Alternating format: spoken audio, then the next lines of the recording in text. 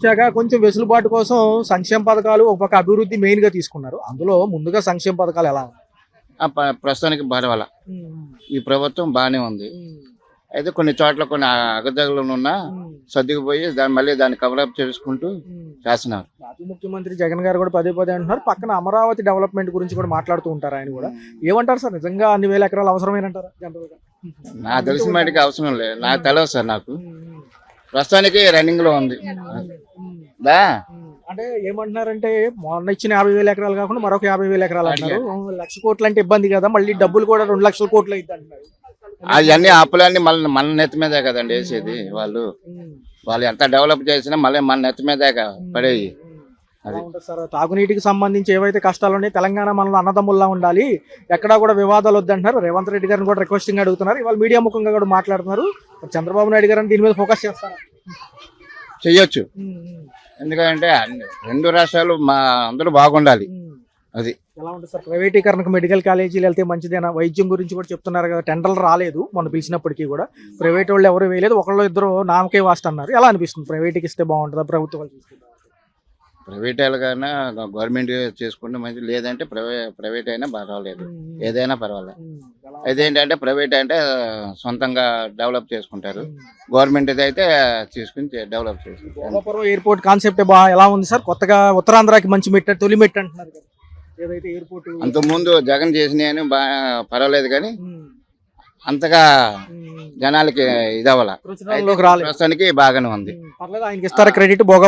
భోగాపురంలో చెప్పలేం కదండి. అది అంటే ఏమంటున్నారంటే గతంలో సమస్యలన్నీ కూడా కొంచెం క్లియర్ చేసి ముందుకెళ్ళడానికి కరోనా సమయంలో కూడా కష్టపడ్డాం అంటారు. అవునవును, కష్టపడ్డారు. 930 కోట్లు ఏదో అయినాయి అంటున్నారు తొలి దశ, 70% పనులకే. మరి ఉత్తరాంధ్రకి మంచిదేనా? నాకు అంత సార్, మరి మిగతా విషయాల్లో చూసుకుంటే కొన్ని విషయాలు పర్వాలేదు సార్, డెవలప్ అవుతుంది. ఇప్పుడు కూడా అన్ని ఒకేసారి అవ్వాలంటే అవ్వదు కదా. మాజీ ముఖ్యమంత్రి గారు మీడియా ముఖంగా ఒక మాట అన్నారు, గత ప్రభుత్వంలో కంపెనీలన్నీ వెళ్ళిపోతున్నట్టు ఈ ప్రభుత్వాలు అంటే, కానీ వెళ్ళలేదు అంటున్నారు. ఎలా ఉంటుంది సార్, వ్యక్తిగత గోప్యం మంచిదేనంటారా? పర్యటనలకు వెళ్ళినప్పుడు రాజకీయ నాయకులు రాష్ట్రంలో ఇన్ఫార్మ్ చేసి వెళ్ళాలనేది ఈయన వాదన. ఏదైతే ప్రోటోకాల్ మించి వెళ్ళకూడదు అంటారు, పర్లేదా వెళ్ళొచ్చు అంటారు? వెళ్ళాలి, అంతేనే కదా చూసుద్ది. మంచి అయినా చెడు అయినా వెళ్ళకుండా చేస్తున్నాం అంటే అట్లా చూసుద్ది. దగ్గరికి వెళ్ళి మంచి చెడు తెలుసుకోవాలి, అన్ని చెయ్యాలి. చేస్తున్నా పలానా మంత్రి ఇలా చేస్తున్నాడు అని తెలుసుద్ది. పలానా మంత్రి వెళ్ళలేదు అనుకో, ఈ మంత్రి చేయలేదని తెలుసు.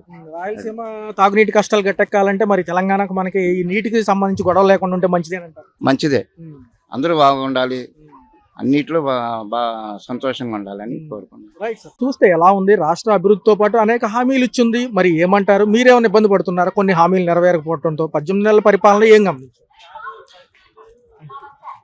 ఈ ప్రభుత్వంలో ఏమీ కూడా అభివృద్ధి అనేది ఏం కనబడతలేదండి. అన్ని సమస్యలే. వాలంటరీ వ్యవస్థ కూడా వాలంటరీకి 10,000 కాడకిస్తానని చెప్పి అన్నాడు, అది కూడా నెరవేర్చలేకపోయాడు. వచ్చిన 18 నెలల్లో కూడా అనేక సంక్షేమ పథకాలకు సంబంధించి ఎన్నో చెప్పుకున్నారు, అవి కూడా అరకొరకు అందుతున్నాయి, పర్లేదంటారు. ఏమీ అందుతులేదు కదండి. ఏ పథకం అందింది చెప్పమనండి. అయితే మొదటగా చూసుకుంటే సార్, ఇటు అమరావతి రైతులకు వస్తేనేమో భూమిలు ఆల్రెడీ ఇచ్చున్నారు, మరోసారి కావాలంటున్నారు. మొదటగా డెవలప్ చేసి వెళ్తే బాగుంటుందని ఇవాళ మాజీ ముఖ్యమంత్రి గారు జగన్ గారు కూడా మాట్లాడుతున్నారు. ఇవన్నీ కూడా ఈ లైన్లు, పైప్ లైన్లకి, రోడ్లకి, వీటికే సరిపోద్ది, ఇంకొక 50,000 ఎకరాలు కావాలంటున్నారు. పాపం రైతుల పరిస్థితి ఏంటి? రిటర్నబుల్ ఫ్లాట్స్ రాలేదని వాళ్ళు చూస్తున్నారు, మరి పంటలు కూడా నష్టపోతున్నారు కదా. అమరావతి రాజధాని అని చెప్పి అన్నాడు, అమరావతి ఏమైనా పూర్తి చేశాడా? రాజధాని ఏమైనా పూర్తి చేశాడు? అక్కడ వర్షాలు వచ్చినాయి, తుఫాన్కి వచ్చినప్పుడు తుఫాన్లో ఇంత లోతు నీళ్ళలో ఉండిపోయింది రాజధాని అనేది. ఏమి సమస్య, అన్ని సమస్యలే, ఏది కూడా నెరవేర్చడా. నేను వస్తే అది ఇచ్చేస్తా, ఇది ఇచ్చేస్తా అన్నాడు, ఏది కూడా చేయట్లేదు. మెడికల్ కాలేజీలు ప్రైవేటీకరణ అయితే బాగుంటుంది, ప్రైవేటీకరణలోనే అన్ని వస్తువులు సమకూరుతాయి అంటున్నారు. కానీ ఇప్పుడు ఇది అవ్వకపోవడం కూడా మంచిదని జగన్ గారు అంటున్నారు, ఎందుకంటే ప్రభుత్వాలు నిర్వహిస్తే బాగుంటుంది కదా, పేదవాడికి వైద్యం అందాలి. ఇప్పుడు పేదవాడికి వైద్యం అందాలంటే గవర్నమెంట్కి ఇస్తేనే బాగుంటుంది. ఇది ప్రైవేటీకరణ చేశారనుకో, డబ్బున్న వాళ్ళకి, పెద్ద ఆసాంలో ఉన్న వాళ్ళకే పనిచేస్తుంది, కానీ పేదవారికి చూడరు కదా, గవర్నమెంట్కే ఇవ్వాలి.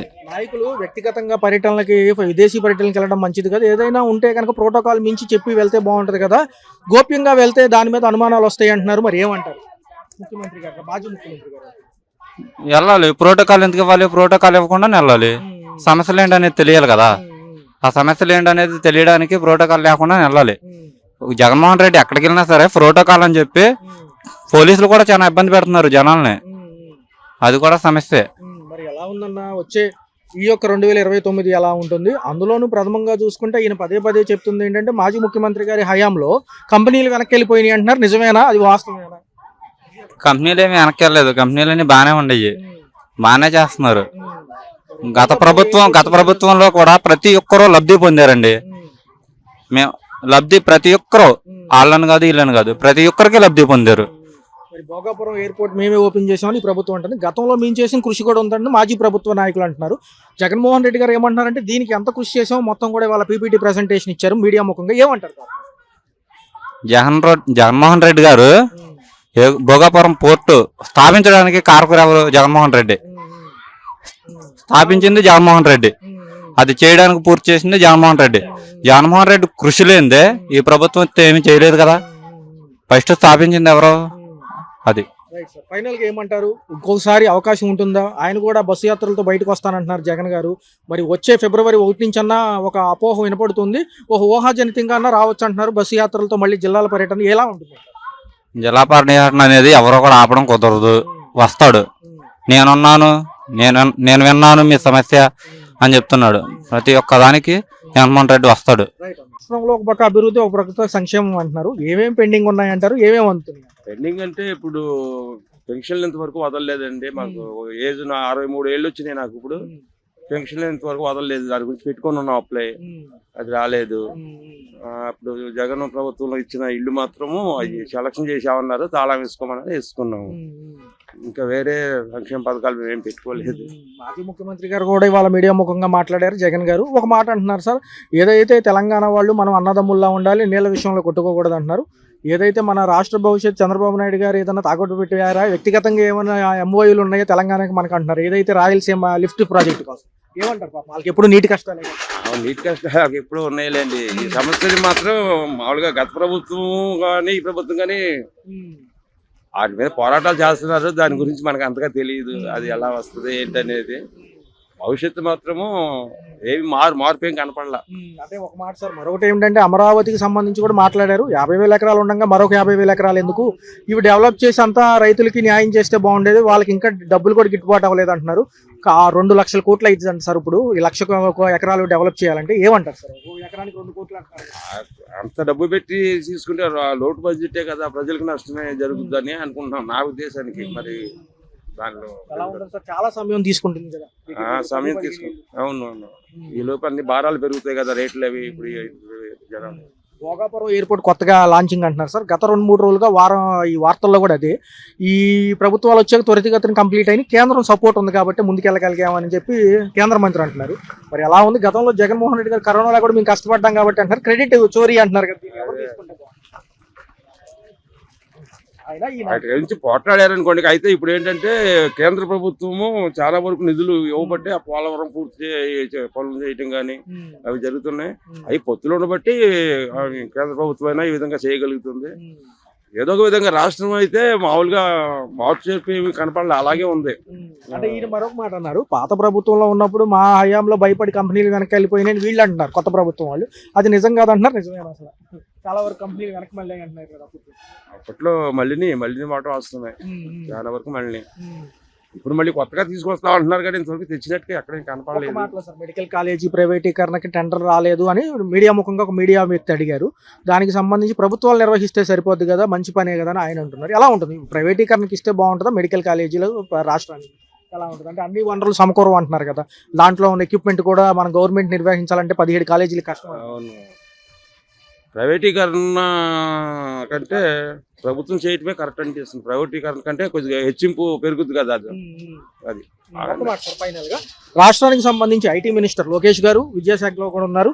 ఇటు పక్క చంద్రబాబు నాయుడు గారు లండన్ పర్యటన గోప్యతగా జరిగిందనేది వీళ్ళ వాదన. అవసరం లేదు, చెప్పి వెళ్తే బాగుండేది, ప్రోటోకాల్ అని ఒకటి ఉంటుంది కదా, దానికి కట్టుబడి వెళ్తే బాగుండేది అంటున్నారు. వాళ్ళ పర్యటనలో ఏదైనా గోప్యత ఉందా? ఈయన అంటున్నారు కదా మాజీ ముఖ్యమంత్రి గారు వాళ్ళ మీడియా. అంతవరకు మనకు తెలియదులేండి, అది గోప్యత అనేది తెలియదు. గోప్యంగా వెళ్ళాల్సిన అవసరం ఏముంది? మామూలుగా వెళ్ళాల్సినప్పుడు చెప్పుకొని వెళ్తారు. మరి అది ఎలా జరిగిందని మనకు తెలియదు, అంత అనుభవం లేదు. ఒక మాటలో సార్ రాష్ట్ర భవిష్యత్తు ఎలా ఉంటుంది? కొంచెం సమయం ఇస్తే చూడొచ్చు. అంటే కొంచెం సమయం ఇంకా ఎంతో కాలం అవ్వలేదు కదా, సంవత్సరంన్నరే కదా అయింది. ఇంకొక సంవత్సరం 2 సంవత్సరాలు అయితే గానీ ఫైనల్కి వస్తే గానీ భవిష్యత్తు ఎలా ఉంటుంది అనేది క్లియర్ అవుతుంది సార్.